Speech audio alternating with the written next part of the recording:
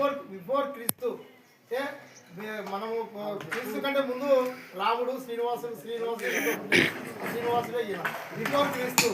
ఏమి ఇంకోటి శిలాబొక్క సలాబొక్క నరాబొక్క ఈ నరుల వలన ఈ శిలలు వీటికి వచ్చినాయి. ఈయన వలన ఈ స్థలం వచ్చింది. సలాబొక్క శిలాబొక్క నరాబొక్క 3 వేలు కలిస్తేనే బలి పెరుగుతుంది. ఈరోజు భారతదేశంలో డీసీలు ఉన్నాము అంటే అక్కడ 70 ఏళ్ళ వయసులో ఆయనకి ముసలితనం పెట్టాలి. శరీరానికి ఆయన వయసుకు వచ్చింది, మనసుకు రాలే. ఈ రోజు వరకు కూడా ఇంత దూరం నుంచి ఆయన చూసి ఎప్పుడైనా పోటీ పడాలనిపిస్తుంది. 30 ఏళ్ళు ఇట్లుంటే 50 ఏళ్ళలో నేనెందుకు ఇది కాకుండా అంటే నాకు ఆయన చేస్తుంటే రోజు మేము ఉరకాల్సి వస్తుంది.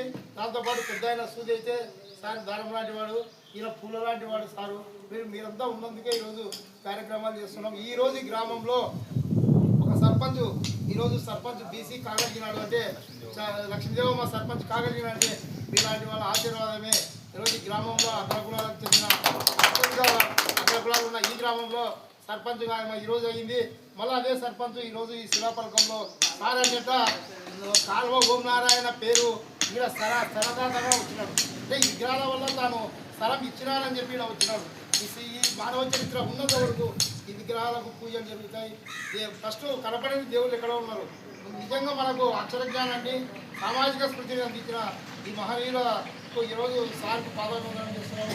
ఎందుకంటే మాకు ఈరోజు అంతో ఇంతో మమ్మల్ని ఈ స్థాయికి చైతన్యం ఎప్పుడన్నా నేను కమర్షియల్గా కానీ సోషల్గా ఉన్నాను. కోట్ల రూపాయల విజ్ఞానాన్ని సాధించాను. నేను ప్రపంచానికి భయపడను, పోలీసులకు భయపడను, రాజకీయ నాయకులకు భయపడను. నాకు విజ్ఞానాన్ని ఇచ్చిన ఈ తాతకు భయపడతాను. కనుక ఈ రాజకీయంలో